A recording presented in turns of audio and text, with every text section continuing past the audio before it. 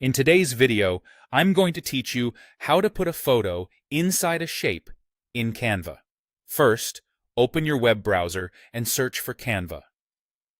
Click the official result to head to the website, then log into your account so you can access your projects.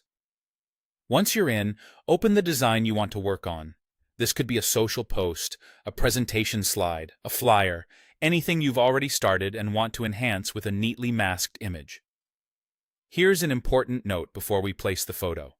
In Canva, standard shapes are great for solid colors and outlines, but they won't crop a photo into a shape. For that, you'll use frames. Frames are special elements that act like photo placeholders. When you drop an image into a frame, Canva automatically crops and masks it to the frame's outline, which is exactly what we need. On the left side toolbar, click the Elements tab. Scroll down until you see the Frame section, or simply type Frame into the search bar. If you want to explore all the options, click See All. You'll find everything from simple circles and squares to letters, numbers, and even device mockups. Choose the frame that fits your design style. Click a frame to add it to your canvas. You can identify frames by their default landscape graphic, usually a small sky, cloud, and grass icon. Position the frame where you want it and drag the corners to resize it so it matches your layout. Now you're ready to add your photo. On the left sidebar, open Uploads if you're using your own image, or open Elements if you're selecting a stock photo from Canva's library.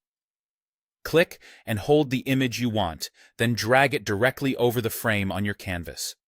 As you hover over the frame, the image will snap inside it. If a different image was already in that frame, it will be replaced automatically. To fine-tune, double-click the image inside the frame. This opens an editing view where you can move the photo around within the shape and scale it up or down to get the perfect crop. Take a moment to center the subject or align key details with the frame's edges. When you're happy with the placement, click Done to lock in the changes. That's it.